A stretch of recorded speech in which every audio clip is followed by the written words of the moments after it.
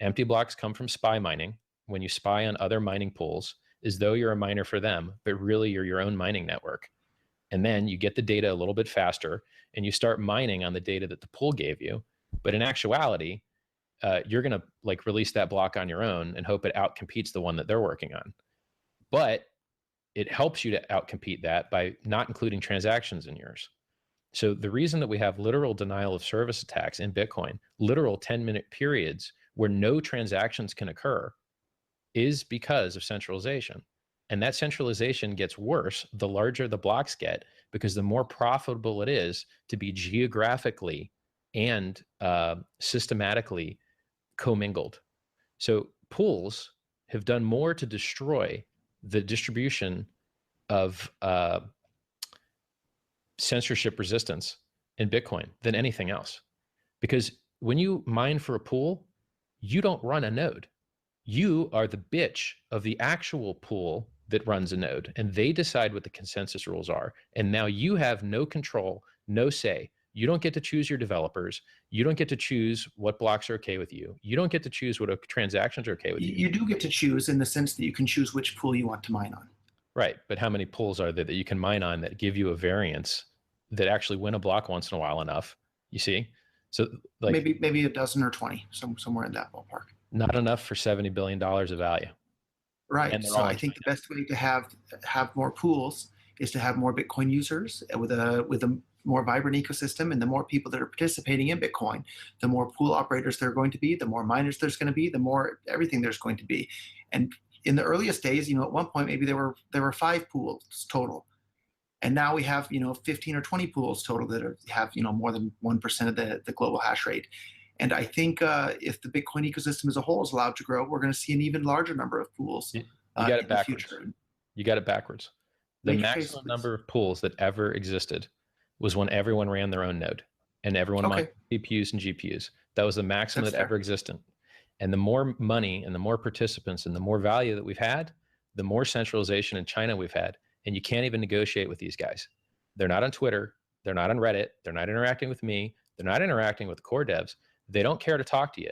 They just care to run their mining software and have it auto flip from whatever chain is the most profitable.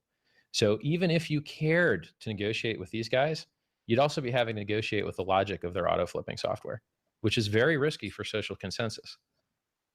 Because let me tell you, the government of China decides one way, these guys are going to decide that way too, or die. And do you want to risk the health of the Bitcoin network on the government of China? I don't. I'm much, much, much more concerned about the government of the United States causing trouble for people. The government of the United States has already thrown lots more people in jail for doing Bitcoin things than the government of China has. So I think our biggest fear should be from the United States government, not the Chinese government. And just like the United States, there's lots and lots of people with lots of different points of view.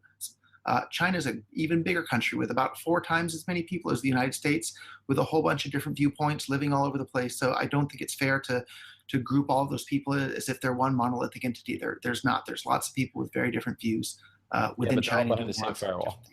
They're all behind the same firewall. And that firewall introduces latency. And so the government does have control of an internet network there and the power. You need a lot of power to run a lot of miners, and they decide what gets power and what doesn't. And there's some really, really interesting ways in which cryptocurrencies can be used to tear down that Great Firewall of China. And the Great Firewall of China is this, giant drag on the entire world's economy and slowing the entire world's rate of economic growth. And I'm looking forward to, myself and a number of other Bitcoiners or cryptocurrency enthusiasts using our technology to literally tear down the Great Firewall of China and make it obsolete. So that's, I'm hoping one thing that we can agree on as well would be good for the world. Yeah, someone should put up satellites in the sky that beam the blockchain over the firewall, so it doesn't have to go through their control. That would be nice. Yeah, I hear somebody might have been working on something like that. Yeah, that's Jeff Garzik Jeff Garzik several years was working on exactly that. Myself and Eric Voorhees and a number of others actually contributed some money towards that. And I hear another company much more recently was involved in that sort of thing as well. Yeah, it's important that even if you don't like them, you give them credit. They got it done. It works great, and it's a great asset to the ecosystem. So, I mean, I'm going to call out the Blockstream guys for doing great work and not launching vaporware and not talking, but launching and having a usable thing that real people are doing real transactions on right now. The core team did that. Are people using it for transactions? Well, not a ton because it just came out, but anyone that wants to can. There are transactions that have been done on it. You go on Twitter, it's cool.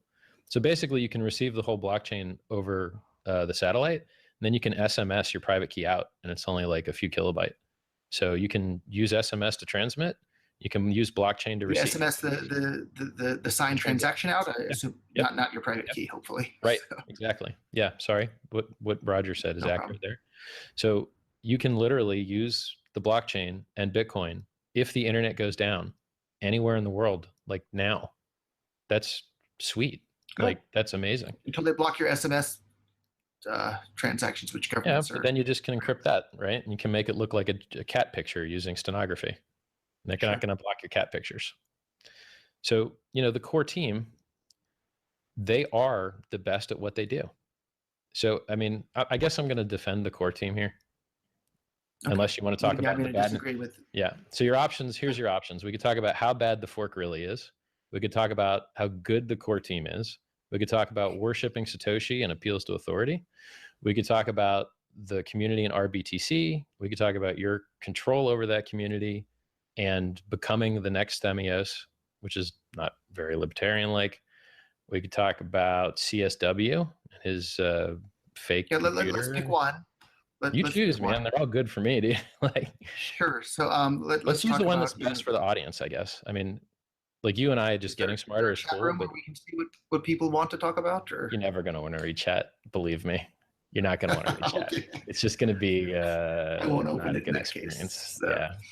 Yeah. Let's talk about, I think, deifying Satoshi and Satoshi's vision and this and that. It's not that Satoshi's God. It's that we have, 8 years of empirical evidence that his system worked and worked incredibly well to grow Bitcoin. Why wouldn't we follow on the same path that we know for sure works to grow Bitcoin to become incredibly popular all over the world? Why wouldn't we continue on that same path? So I think Satoshi is a sellout.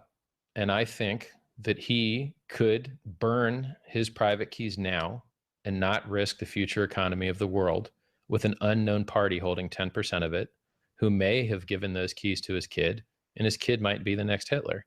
Or he may have gotten a mental illness and gotten wacky himself.